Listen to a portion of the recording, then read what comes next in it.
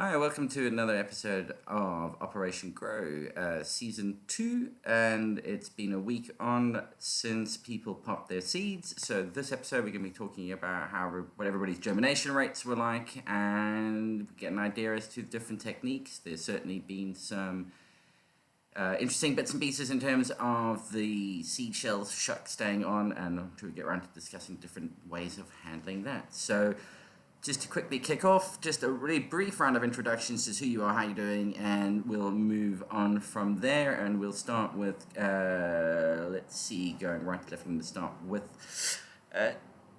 Stony Scholar.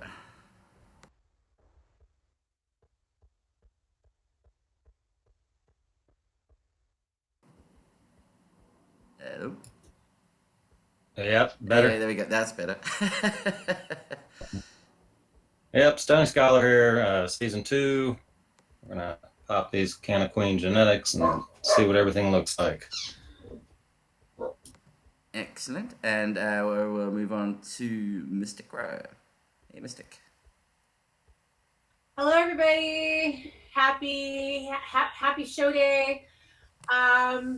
So welcome to I've successfully have 10 of the queens batch that have popped up out of the soil.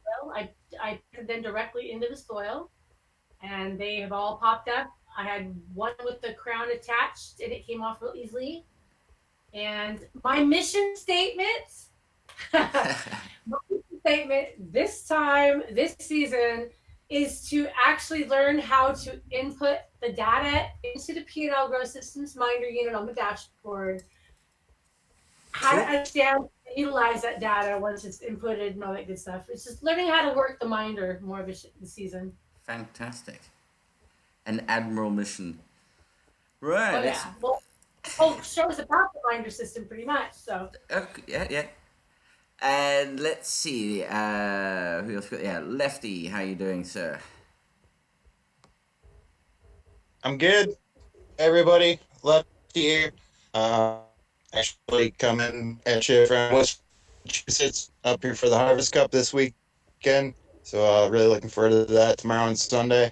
But yeah, really excited to be part of Operation Grow Season 2 and getting to grow some Can of Queen genetics. I actually had a few of her packs and haven't had a chance to grow any of them out yet. So yeah, I got really good germination rate on them. Everything popped. I decided to just go with my tried and true method of 24 hours. So just distilled water in a cup, and then I put them in paper towel. So I think I had a total of about 48 hours, and then I put mine in the soil. They popped really quick.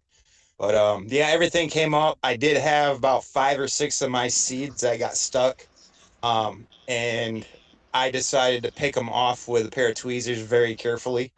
So I've done it before. It's gone good. It's gone bad. See how this round goes. I was about to say you're a But kind of brave my mission man. today. Doing that, Yeah, everything looked pretty. picking the Everything looked shuck pretty off. good. Yeah, that's It a it's a brave delicate man. procedure. Your previous But life as a brain yeah, my surgeon. nah, not quite. But yeah, my mission kind of for this round is really kind of more getting my veg space EPD in check a little bit. It's pretty out of control right now, so I've been playing with the humidifier and just trying to get some of the temperature and humidity leveled out in there a little bit.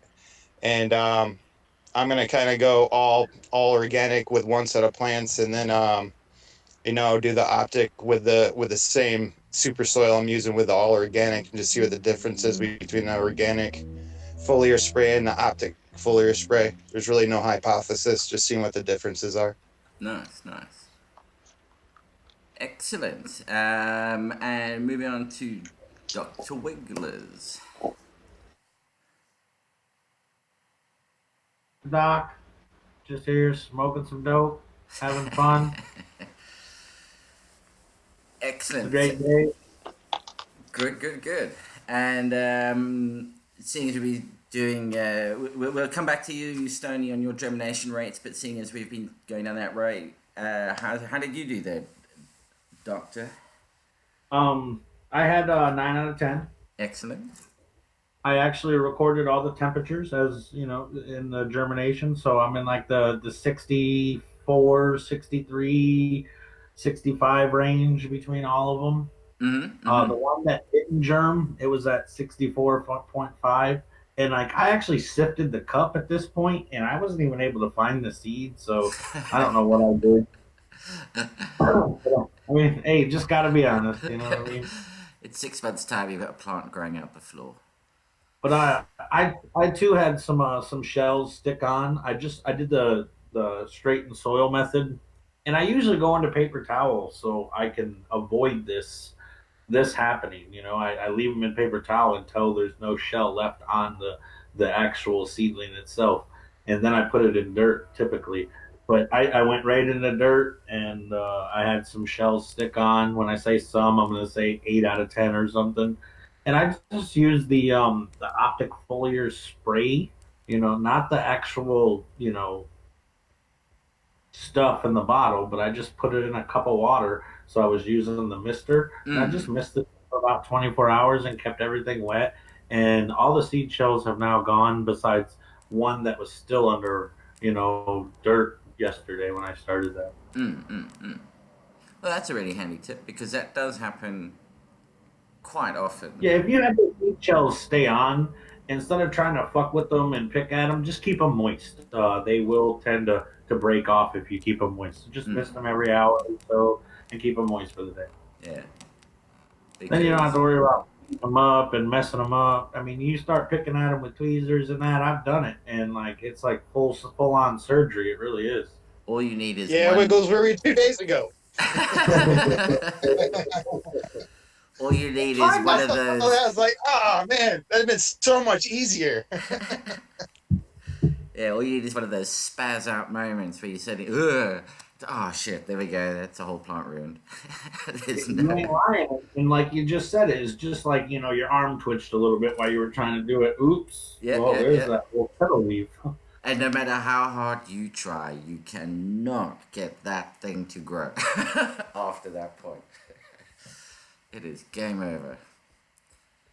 But if I had a mission statement here, it's gonna be to have fun and grow better and more dope than I did before by dialing in my environment. Excellent. And Sleepy, welcome to the show, sir. How are you doing? And just a quick brief update. How did your germination rates go? Hey, great. Thanks for having me, guys. Glad to be here. It went great. I probably would have been 10 for 10. I don't know. I lost the bean. But, really, though, at the point where I lost it, it was still in the shell. All the others had a taproot. The seed itself was open. It did sink, but I couldn't get a taproot out of it. I was going to triage it and let it dry out a little and then use I think it's a Meta seed starting kit. I got it off of Amazon, but unfortunately I dropped the seed into the abyss. But I got 9 for 10. Oh, that's a good batting average. Yeah. And I did get some that stick to the top of the seedling, but I've never really don't have a problem taking those off, or they come off on their own. Yeah, it is one of those things where it's like, don't I interfere? Right? It's a really sort of, will it just take care of itself or won't it? And I've never thought about the misting it technique before, and I do think that definitely seems to be, because I think it's just the whole idea is just keeping that shuck supple so that the leaves can, or the cotyledons, those initial leaves can push it off. If it gets too hard and crispy, I guess. For your own eyes on the back chat, because I showed you like videos throughout the process of it happening. So it was kind of cool to see it like that, I'm sure. Yeah. No, I mean, it isn't. It's just, now that you've said it, it's like bleeding fucking obvious. It's like, why didn't I think of that? So, Stony, just to quickly jump back to you, sir. How are you doing? Rich jumped in and out rather quickly there. How did your germination rates go?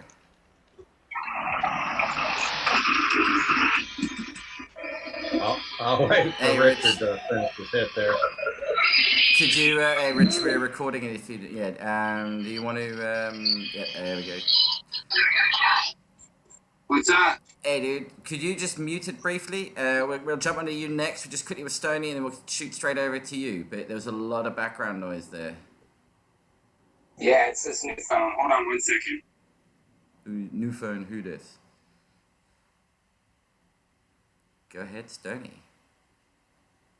Oh, well, so I know last week I was joking around about giving everybody a head start, and I ended up being so busy this week. You guys actually got a whole week head start. So, yeah, I've got an intact wax seal still, but I plan on popping them live, throw it up on IG tonight, and then I'm going to do some time lapse, I think, this time. Excellent, that'll be cool. Yeah. And I know, I mean, Pearl Delta seeds haven't arrived yet, but I was quite blown away that the minder got to him as quickly as it did. It sort of mildly restored my faith in South African postal services, but I'm sure the seeds will be arriving shortly for him as well. Right, and so Richard, how are you doing, sir? Just a quick update on where you are with your germination success rates, any oddities, anything like that? Yeah, I'm doing good.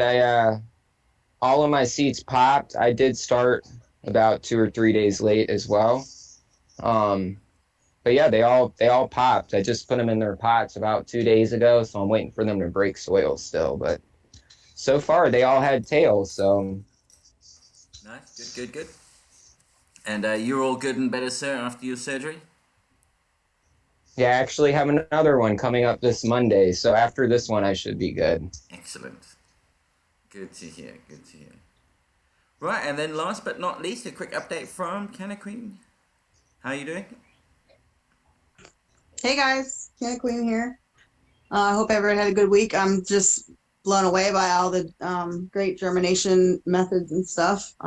All these amazing growers and just putting them straight in soil and still getting like 9 out of 10 is pretty impressive. So yeah. Yeah, no, really good results. And I'm not sure if everybody saw, but what's the name of the labs again? Mystic? Delta Leaf Labs are now offering everybody on the show the sex testing for free, including the postage. You just need to include a note that it's from Operation Grow, so that their technicians know to look out for it. But yeah, everybody on the show, with the code that you guys will have access to, including that, you'll know that be able to get them tested for free, which is very cool of them. And we'll get them on the show probably next week to talk more about what they do, how they do it, and maybe give some guiding, some hints and tips on how to make sure you're taking the sample correctly, etc. Yeah, Peter, if I may, I just wanted to put a little tidbits about seeds, maybe some fun facts people don't know. But the pointy side of the seed is where the root comes from, and the flat side is where the seed would uptake water. So if you think about it, when you're germinating a seed, you're keeping it really wet, right? So when it goes into the soil and it comes above the soil, it dries up, and when stuff dries up, it kind of shrinks. But as long as you're taking that, as long as you're taking, I call it the helmet, but as long the term is the perineum. Yeah, if you take the perineum off, that's fine. But like when it dries up, it's going to shrink and kind of like restrict those calyons from opening up. So that's why you would keep it wet. So what Dr. Wiggler's is doing is definitely the correct method. Instead of peeling that off and risking ripping one of the primary leaves, Yeah. And also, it's got room where it can then, so long as they're kept supple, they can be pushed out by the plant. Usually what I've noticed when it's happened on chilies as well is they just get baked rock hard. If it doesn't get rid of that seed shell in a couple of days, if it's outside, for instance, it's unlikely to get rid of it. Has been my experience with chilies. So yeah, other than that, how's everybody's week been? Everybody been doing well? And everybody's on. You still It's get a pretty long week myself. I don't know about y'all, but I'm sneaking this white garlic blue cheesecake, and it's making everything all right. Nice. Yeah, Rich, sorry, you were going to say? I was just seeing if you're still getting a bunch of feedback from me or not. No, it's all balanced off fine. Okay, cool. Yeah, and different to this one, nobody's had any weird, like, double-headed seeds coming up or any oddities along those lines whatsoever. Unlike the last one. Not yet, which is kind of cool. Yeah, not yet. I kind of wanted to ask if anybody had like a purple stem from the seedling. If there was any purpling on any I of the. do have one that is a standout in that fashion. Okay. Now it is definitely a colorful, like stem, but it's only one. Okay. One of mine has it's kind of like a white. It's more whiter. The other ones are more green. Interesting. And yeah, I'll make sure later when I post pictures that I post and point that purple one out. Yeah, that'd be cool. And guys, just make sure that can you on any of the on the pots and that, if you just put a number and just make obviously keep the same number going with the pot as it goes up in pot size, and then just any of the photos, just make sure that that number is visible in the picture, and then I can group all of the pictures together by those numbers. So I can group all of I don't have to worry about people sorting them. You can just upload photos and I can do the sorting myself. All right, you're volunteering to do a lot of work. I appreciate it. Yeah, I mean, maybe what would be really handy is if if you're putting it on a round pot or square pot, put the number on more than one side, so it doesn't matter what angle you shoot it from, the number will be visible. That would just be handy. Oh, I was just gonna like write it on the picture, with like the tool. Yeah, cool. If you do that as well, that'd be fine. Mine are doing great. Nice. Yeah, just looking at them right now, they're all out of the soil. No unique colors, but they look really thick and healthy. Trying something new, which was I've used a little bit of Jiffy and a little bit of worm castings and some mycorrhiza in the hole, and they seem to love it. Wiggle, wiggle. Yeah. Every time you say wiggle wiggle, it reminds me of that dance. Or is that wobble wobble? Oh, that's wobble wobble, my bad. I always feel like shouting, "Go worms!" Oh yeah. Yeah, and being a worm farmer, anytime I hear worm anything, I feel the pride. Worm pride. Damn your kinfolk. Excellent. So, and So everybody did anybody has... else take temperatures while they were germinating? I'm curious to see what everybody else's temperatures were. I was right around 68 to 70 the entire time. Okay. About 48% humidity it was staying at. Wow, that's quite low humidity. Yep, 48% humidity and 68 to 70 degrees Fahrenheit. Yeah, no, that's interesting. So for everybody who's in the northern hemisphere right now, where the temperatures have suddenly plummeted, keeping an eye on humidity has suddenly become a real thing, because you're going to suffer from very low humidity if you're pulling air in from outside. Yeah. I have seen it in the greenhouse where, although it looks all damp and wet out there, as soon as it warms ever so slightly in the greenhouse, the humidity just tanks. It's like 37%. But it's at nearly 100% when it's 10 degrees cooler. It's so yeah, that's just one of those things. So anybody watching who happens to be, well, wherever you are, whenever the season switches to winter, just keep an eye on humidity. You got to supplement it. My room has been averaging like 70. Sorry, say again? Mine's been averaging 74 degrees and 55% humidity. Okay. No, again. Mine's been sitting at about. Yeah. Go ahead. No. Please. I was gonna say it might have about 73 degrees with probably 45% humidity in the room right now.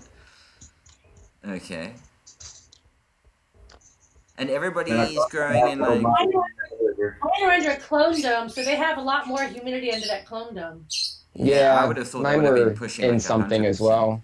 Mm. Yeah, it's dripping off the top of the clone dome, so it's definitely. I've been opening the dome to harden them off. So Yeah, if it's dripping off mine the is- top of the dome, it's 100% humidity in there. yeah, I have mine in a Definitely. clone dome now, but I actually popped what I popped the seeds at was the 48% humidity and 68 to 70 degrees. But they're in a clone dome now. oh, mine's been under the whole time. Yeah, you popped in soil though, didn't you, Mystic? Yeah, I popped in soil and Yeah. I in a Yeah. new clone dome, and yeah. And then are you? And is everybody growing in soil? I mean, Stony, are you growing in soil or are you growing in cocoa? Mute. Anyway, okay, so everybody else is growing in soil, or anybody else growing in something other than soil? Yeah, I'm growing in amended soil. I think Soil. everybody is. I think Stone's the only one that does cocoa. Yeah. I'm doing soil, my own soil. Interesting. We need a hydro. I was just gonna say it'd Yeah, be we really do. cool. We need a hydro grower. Show gonna all say of the you extra- soil growers how it's done. You say what, Anna? I think Stony does do some. He does cocoa, doesn't he? Yeah, and doing flood and drain, if I recall correctly. I thought that they was doing or Mm. drawing away from the other.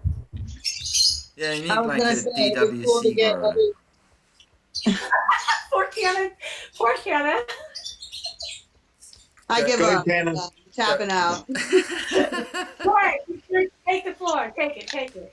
I was just gonna say it would be interesting to see everybody's recipes for their soil. Now that we know most everybody is using soil, it would be cool to see the differences in y'all's recipes. Mine will be up soon, so you can look at mine at least. I love soil recipes because it's like cooking. Like one little thing is could be different and change everything. Yeah. I'm still Ken, I'm still saving you some rabbit power. You're saving me some rabbit poo. Yep, because I need it too. So I'll send you some as soon as I got enough. Also, I need to bake it though. Yeah, there's a process. Thumper. But Don't it's, send me raw poo. I don't like raw poo. no, yeah, I using the raw stuff for my tea. I'm brewing some tea right now. Yum. Well, not that kind of tea. No, it's poo tea. Worm castings and rabbit manure. I You know. want to pour me a glass there? I know, right? Sounds mighty tasty. No. To my soil, it is. Yeah, and It so might now, be tasty if you add some molasses to it. and now at this stage of growth, when it comes to VPD, so bearing in mind that the VPD being a relationship between temperature and humidity, the baseline thing that you need to get right is the right temperature and then adjust the humidity to match the temperature, because the plant needs to operate at a certain temperature and then you get the humidity in the correct place and it operates optimally. And now when it's at this early stage, while it's developing the root structure, what you don't want to be doing is putting a strain on that root structure, putting too much of a demand on it. So this is why it's a much higher humidity at this stage of growth, at the early seedling stage, and the same with cuttings when they're first throwing down their roots. So that's why a low, you'll get better root production, I believe, with a low, at the lower VPDs at this early stage, because it's not transpiring too hard. It's actually being able to absorb some from the air, pretty much. Anyway, that was just my little bit for people who are at this stage and why it's important to keep humidity up, but also to keep the temperature in the right place, which is going to be around 22 to 25 degrees centigrade. And that is what in Fahrenheit? I think it's around 77. Okay. Could be wrong. Close enough. I can look it up. Sounds right. I'm sure you're right. I was just saying. Yeah, sounds right. I just wanted a rough translation there. Did you say 29? No, about 23 to 25. Yeah, 25 is 77 Fahrenheit, and 23 is 73. Awesome. Okay. And you probably want the humidity to be in the 80% range. If it was cuttings, you'd want it to be up at like the 100% range. That's why those clone domes are ideal. I mean, that's what you're trying to do. You any moisture that the plant needs, you almost don't want it transpiring. Just enough for a bit of gaseous exchange, but transpiration needs to be minimal because it just doesn't have the root structure to support it. So when is the ideal time for me to take my seedlings that are in their little cup out of the clone dome? Well, what you mentioned earlier about starting to harden them off by opening the clone dome, so that it's the humidity will drop, and you'll notice that especially with cuttings, the first time you sort of open it, you do notice that there's a bit of a droop because suddenly that drop in humidity and they're not used to it. A little bit. And then you close it for a while and they'll perk back up, and you just open it for longer and longer periods over like a course of a couple of days until it's open up, and then you take the lid off. I mean, or you just take the lid off for half an hour and put it back on again. Take it off for an hour, put it back on, and progressively harden them off. Especially, and if you're using those rooting cubes in there, as soon as you're seeing the roots coming out, and you get an idea as to what the root structure is looking like.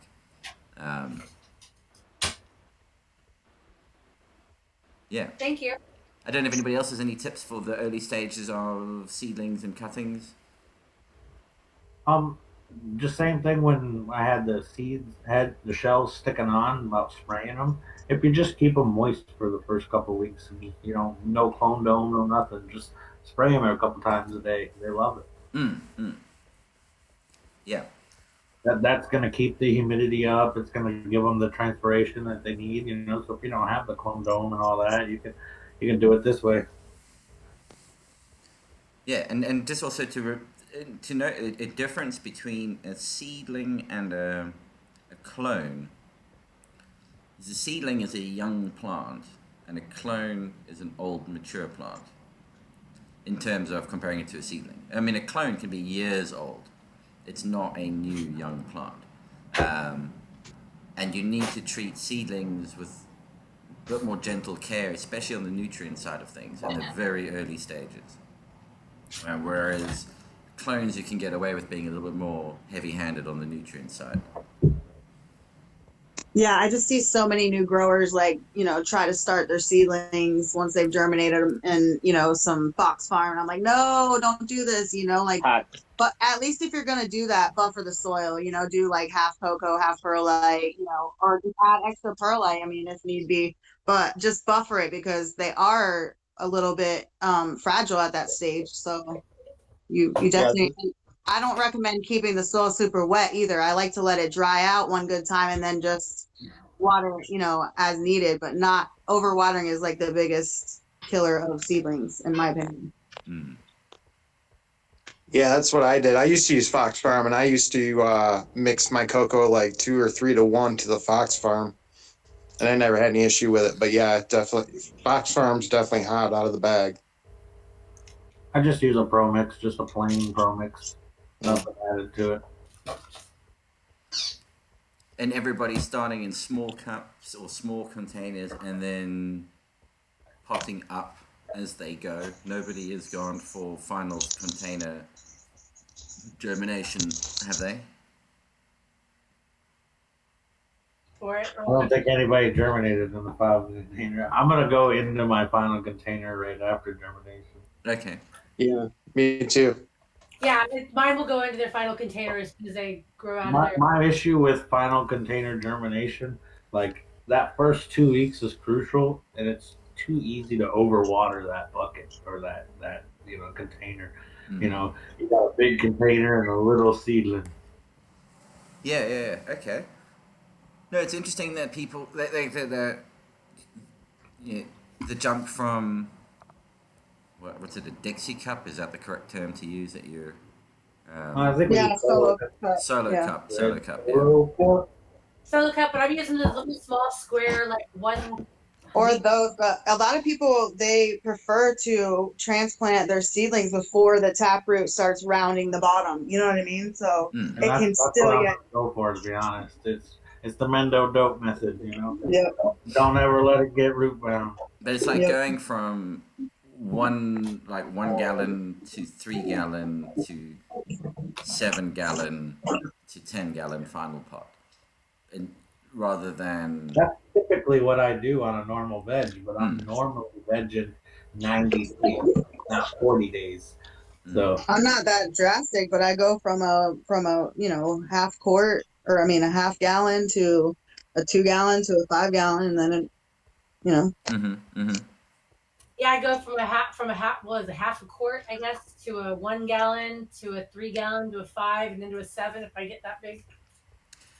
that's your normal routine. Yep. Yeah, but here you're going straight from solo cup to 7 Oh, gallon. from the half liter, I guess it is, to into a 5 gallon. Okay. Smart. are you using a 5 gallon or a number 5? Because there is a difference there. I'm using a 5 gallon smart pot. Because like a number 5 nursery pot is not 5 U.S. gallons. It's just not. It doesn't add up. It's like 4 gallons. That's those plastic ones, right? Yeah. Like like a number 3, that's like 2.5 gallons. Yeah, it would be nice if they normalize that to liters. Well, they use a nursery pot. That's the normalize of it. You got 1, 2, 3, 4, 5, and they're not gallons. But I use a 5 gallon bucket, so I use 5 gallons of soil. Yeah. And yourself, Rich, you going straight from? Yeah, I'll probably go into a 1 gallon, and then probably throw them in a 5 right before I flip. I like to give them some room in the pot right before I flip the flower to push the roots out if they want once I flip. So I usually do it right before. Okay. And has anybody used the? Sorry, Sleepy, and yourself, you're going straight into the final. That's my plan, to go straight to 7 gal from Okay. I don't have solo cup, but they're pretty close, but a little bit smaller than solo cups. But yeah, I want to go into 7 gallons. All right. I got to retract the statement that I'm going to go right into the final pot, because I don't have the space. I'm going to have to go into a 1 gallon, Okay. and then I'll have to do the 5 flowers. And yourself, Stoney, you put up from on those air pots. The aero pots. Are they air or arrow? I can't remember what those. You are in cocoa too, right, Stoney? We were talking about that a little earlier. Yeah. Only one of us in hydroponics. Well, right now, I'm just going to call it Stoney's Custom Blend because I reuse stuff. So I've got some hydroton mixed in with some cocoa, mixed in with some chunky perlite. No soil, so hydro. No, yeah. I mean, it's all inert. Yeah. But I don't know. I think after a grow or two, you start to kind of develop something that approaches more like a organic, like a mulchy layer. So I would say it's kind of more like peat or just soil. So it's kind of an evolving media. If you look at your plants when you take them out of the pot and you wait to be able to shake out a lot of the media, right down at the bottom where a lot of the root exchange happens, there's always a really dark layer of what looks like soil that's been, whatever's going on down there changes that cocoa to something that's been kind of eaten up. Yeah. But the top 2/3 of your cocoa can be reused pretty easily. Yeah. So that's my. Oh, and then as far as pot size, I normally, I've got the smart pots the air pots for starting out in. They're 1 liters. And then I'll usually just pot up based on the root development that I see coming out of the bottom. Okay. You use the air pots, the really small ones, the little small ones? Yeah, they're 1 liter. Oh wow, okay. You I can- tried using those in the very beginning and then transplanting them. I just didn't feel like I was ripping the roots. Yeah, no, it's fine. You just rip them right off. It just stimulates more root growth. I've never even had. Roots for sure. Yeah, there's something about it when you grow them in a pot like that. They have so many ends. By the time you pot up, that even if you do a bunch of root damage, I don't even ever see mine, get limp or lay over.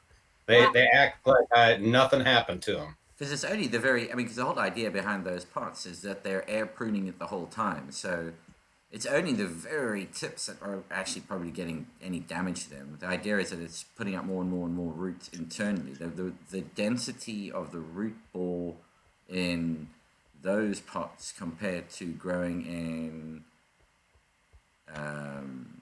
regular pots is very different. I mean, I've noticed that. They're probably pretty similar to growing in bags, though. No. Well, no. Maybe more like air. Yeah, it's anything that air prunes, it'll be fairly similar to.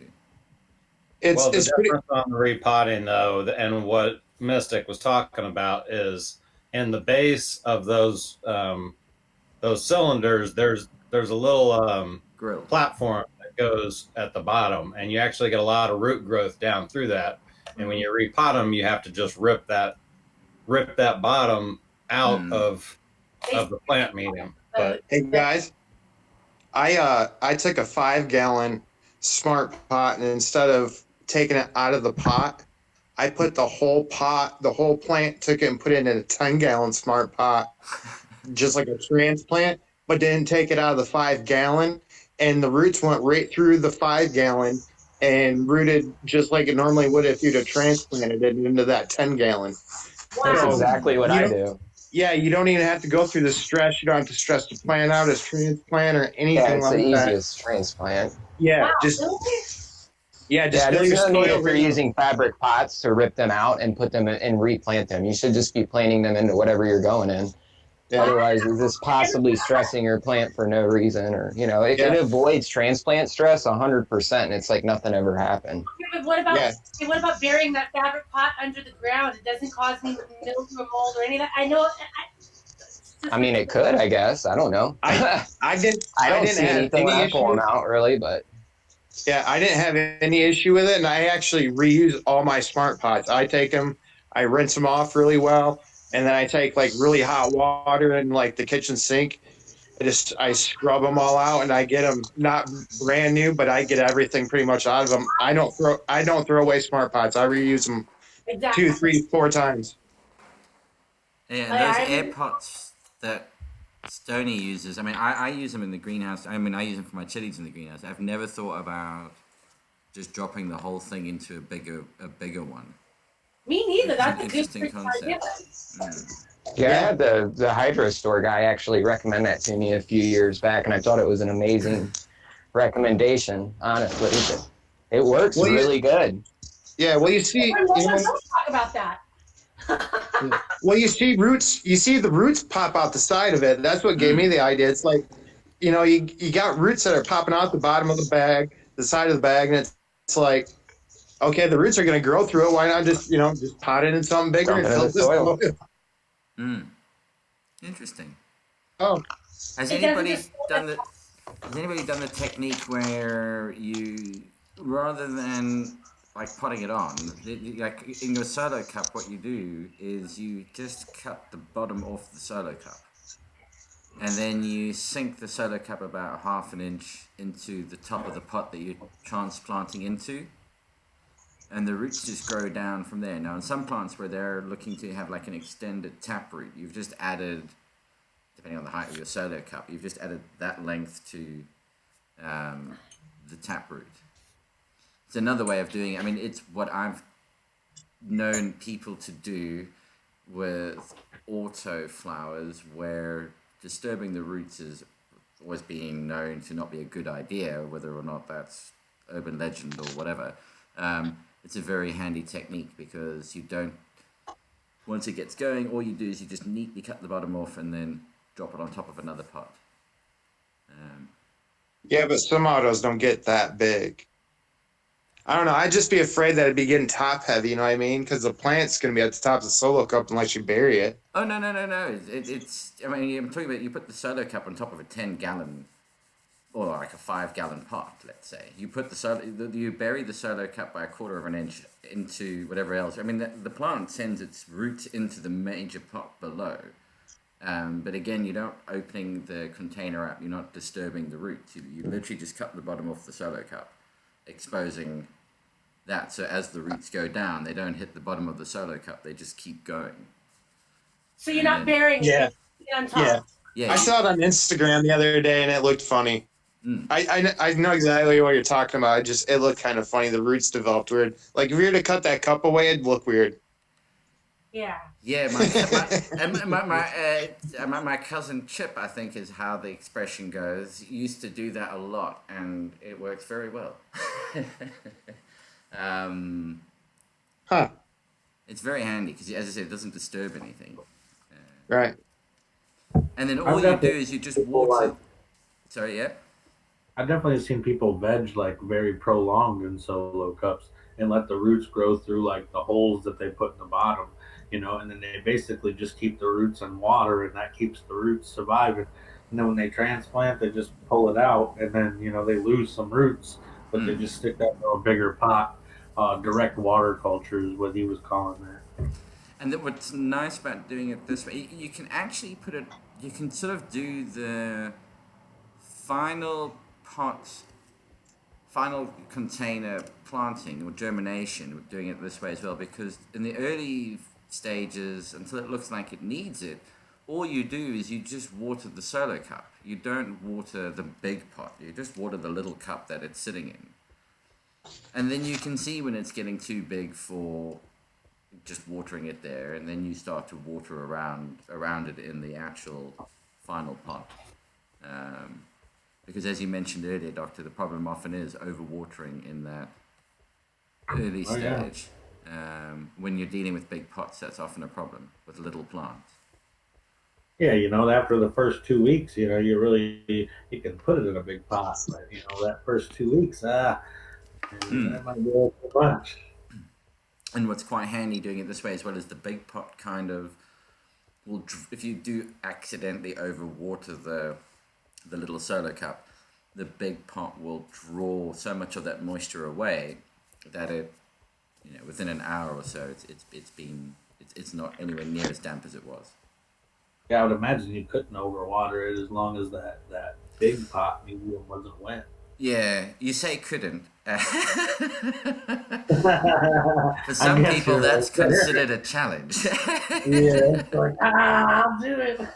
They just sitting there going, God, it takes ages to water this big pot through the solo cup. Yeah, what were you saying, Mystic? Dab time? I said dab time. Oh, right. I thought it was a question. I don't want a preference. Oh. Yeah, I thought it was a question, and I was trying to come up with a... I've been smoking this whole time. Y'all haven't been? What the hell? Come on. No, because I got to heat up my torch. Now I got to heat my torch up. Y'all know when I'm this way, I'm so fucking high, I can't even talk straight. All right, I'm gonna roll my third movie since we've been on here because y'all said it's smoke time. Yeah, you're all. Thank you so much. It's always 12:30, y'all. I don't know. Somewhere in the world, it's just after 4:20.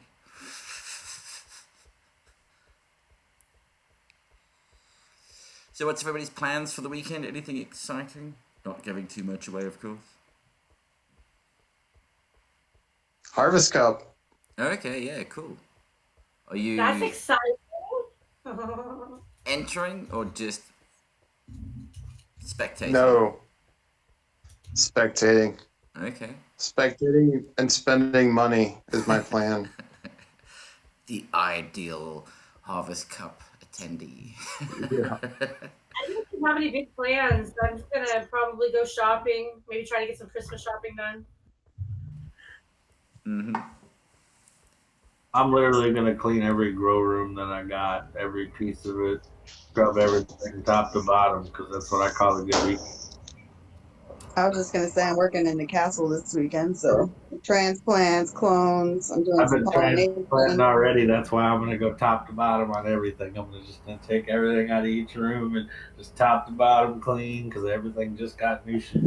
I was just gonna say I'm gonna call transplant day dirt slinging day, because there's dirt everywhere. And you're like, how did that get there? Right? Yeah, I've got University Open Day. Youngest turns 18. Yay. Your And youngest is 18. Woohoo! yeah. So we Almost go an out. empty net. Yeah, exactly. I've got a bow. I've got a ribbon ready for the door, and I've told her. This bit's almost over. Yeah, she doesn't have to give us the keys back. I've got a locksmith coming around to change the locks. There you go. Don't Nice. make no top now. Don't let the door hit you in the ass on the way out.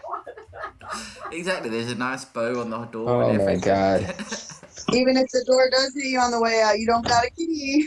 If the door We hits, were thinking about this the other day. When you're a parent for, at 16, 17, your kids are this age, it's good riddance.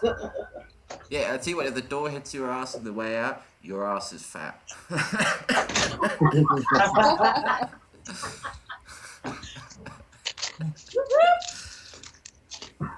Yeah, I'm not quite sure. I'll be joining them on their drinking escapades tomorrow night, though. I think that I'll leave that to the young'uns. But I'll be there first thing in the morning with eggs swimming in oil, some warm orange juice, and the hint of the smell of petrol, because that just seals a hangover just perfectly. little bit of Good day at the track. little bit of benzene in the morning. Come on, there we go. Make everything go wow wow for a bit.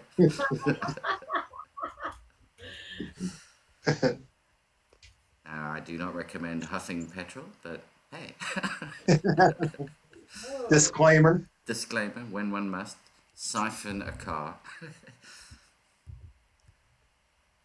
Yeah, that's going to be one of those things that becomes hazardous in the future. You're not going to go to siphon an electric car and sort of electrocute yourself. That's a bit more than sticking your tongue on a 9-volt battery. Just jumper cables, right? Yeah, but they're going to have to put a warning label that says, do not stick your tongue on this, because some idiot's going to do it. Oh, it doesn't say It is can't. how somebody does it. Yeah. That's the scary thing. I'm surprised they don't have to do that on metal poles. Like in the where it gets cold. I'm surprised they don't have to do that. Well, you should be allowed to just walk up and shoot whoever's done that. That's just fair game. Yeah, I mean, that's just, if you're that stupid, mate, you're being removed from the fucking gene pool. You do not need to be a part of this. Thank you for playing. Bang. You failed. Okay, remember we are live. Oh, I don't mind. Dark enough sense of humor.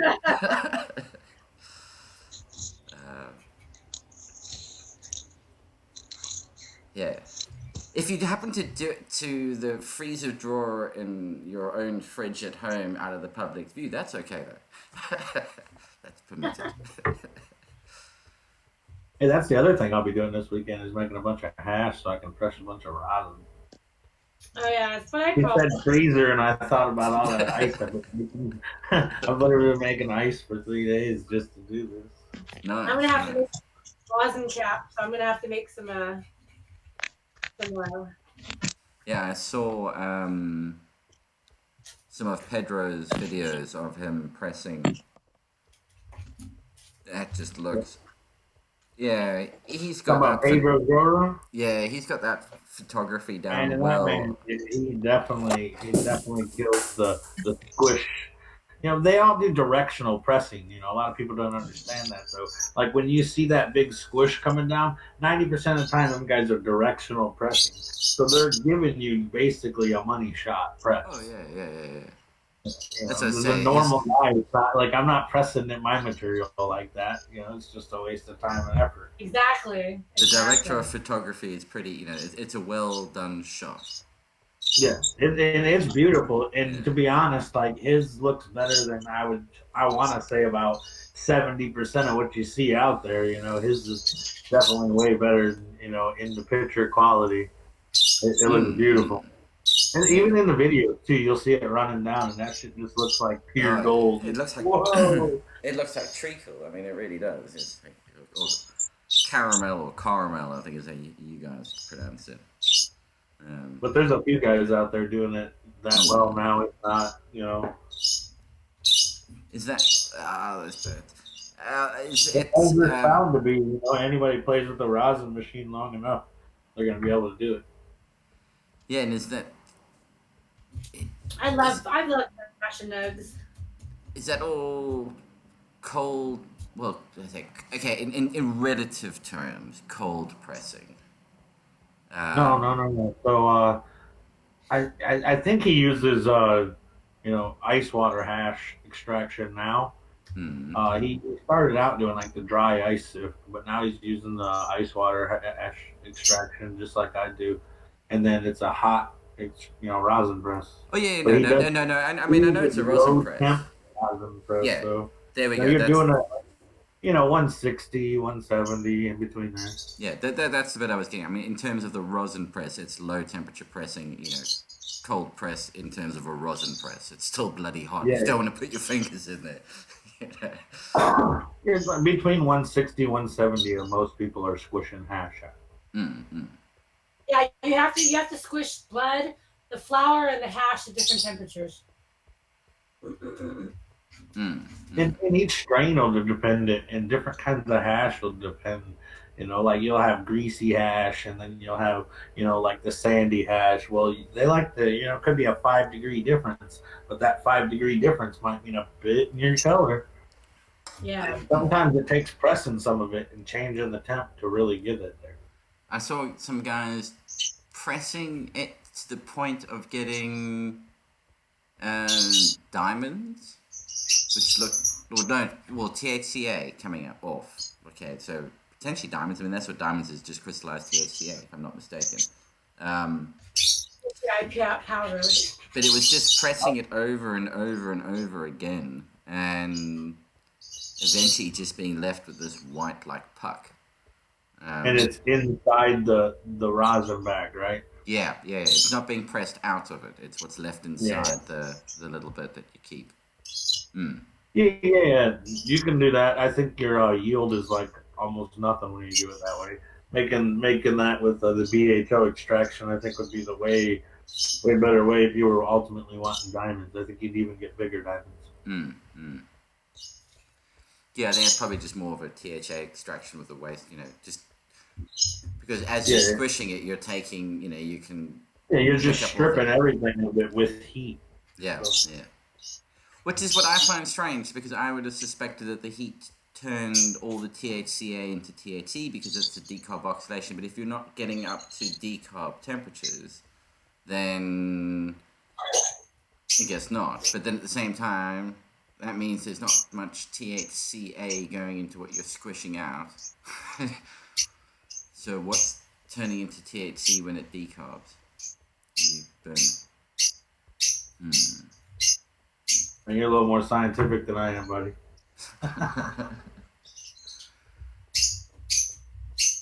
Well, it's just that the Let me, Mystic, can I mute? What?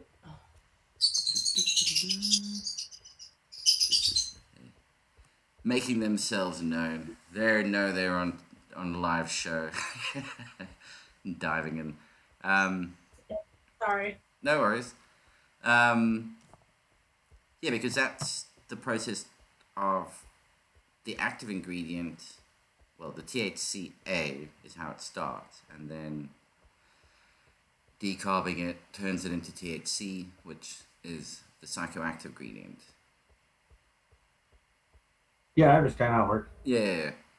And I was just like, I don't, it seems, does that mean that they're... I think it's got to be a certain temperature for a certain amount of period. Yeah, they were doing it for quite a lot longer. I mean, from what I've seen of how they, normally pressing stuff, it's in seconds. This was like a couple of minutes or so at a time that they were pressing for, which did seem... And they ramped it up through a number of different temperatures. I know when I run mine about 163-ish, it butters up before it even like gets all the way out of the plate. So I have actually made THCA. I walked away from my press at like 160 or 158, something like that, and I turned around and came back, and it was like chunks. It was yeah. So I was like, oops. So I think I get what Peter's saying. So it's THCA when decarb, it becomes THC delta 9 tetra whatever, and then what? It turns back into THCA after that. No, then it goes to CBN and Delta 8. Okay. Mm-hmm. So it just makes me wonder what's 3 left. points deep, y'all are losing me. It's all right. Just hold on. Me too. So I'm just wondering what's, from that video, then I'm just questioning what's actually left behind can't be, well, I mean, couch science. I know it's super tasty and it's super smooth. And like when you hit it, it's almost like cooling to your throat. Like it almost has this cooling effect. It's kind of crazy. From what it sounds like, it's the same process as they use when distilling, or distill it, and they basically strip each thing off one at a time. Ooh, that short path distillation, that's something I'd love to get my hands on, a couple of those. Ooh. I think that's cool too, to be honest. Like I would love that I think that's the wave of the future for any kind of edibles, to be honest. I think that they'll be going through a distillation process and then an infusion process or an emulsification process. It's it's any way to guarantee that's consistency that's of the dosage. way to properly do it, Dosing. Yeah. True medical dosing. Either way, the THCA is going to turn to Delta 9 when you melt it or dab it or burn it, irregardless. So, I mean, it's just a matter of saving terps. It's just a matter of saving terps. I mean, for a low temp thing. Now, if you're talking about doing like extractions for like medicine, where you're trying to get more like of a THCA, you don't want to do like a decarb, and you're trying to get that low end to where either way, if you're going to burn it or heat it, it's going to convert. Yeah. But if you do that short path distillation, and so long as you don't go above the decarb temperature, you keep it where you want it, you can get what you're after. But it's usually used to strip off the terpenes and then strip off THC is what they actually go for. They don't go for the THCA.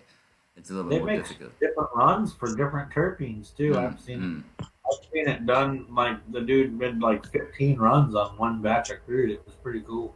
Yeah.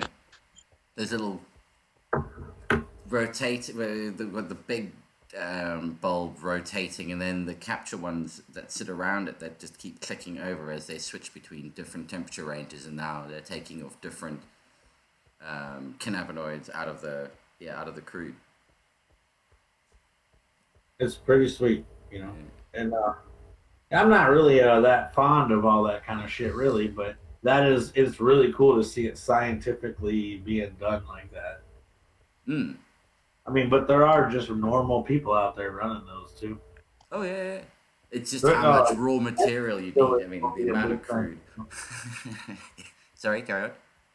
the hemp distillate's going to be a big thing. You know, all these hemp farmers that are growing hemp, they're going to be making carts, and they're going to be filling them full of hemp distillate. You know, CBD distillate, THC, or there's CB, I don't know, CBN.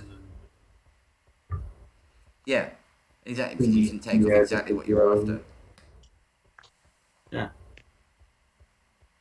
Hey guys, I'm gonna probably be taking off here soon. We're running up on our hour, and Yep. I got stuff I gotta get doing. I think I'm about ready for a nap.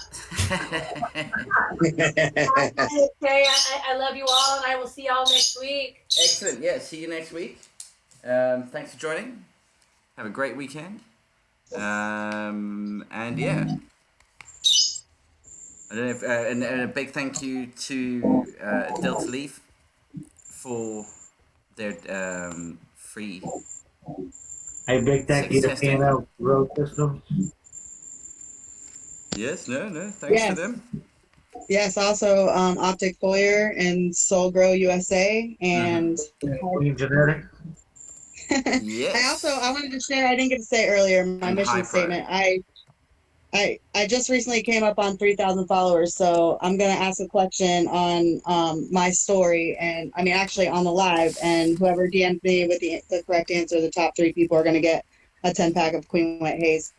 But my mission statement for Operation Grow Season 2 is to understand and obtain data from the P&L Grow System and the Minder Unit alongside all these amazing growers, and to develop conclusions about moving forward and applying this data, giving me the opportunity to be able to fulfill this mission statement. Excellent. Aww.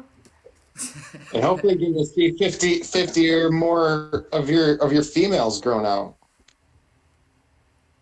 Yeah, definitely. I mean, I'm super excited. I'm so stoked just to see what you guys can do. Fantastic. All right, well, thank you everybody for joining in. See you all next week for another episode of the Operation Grow Show. Keep growing.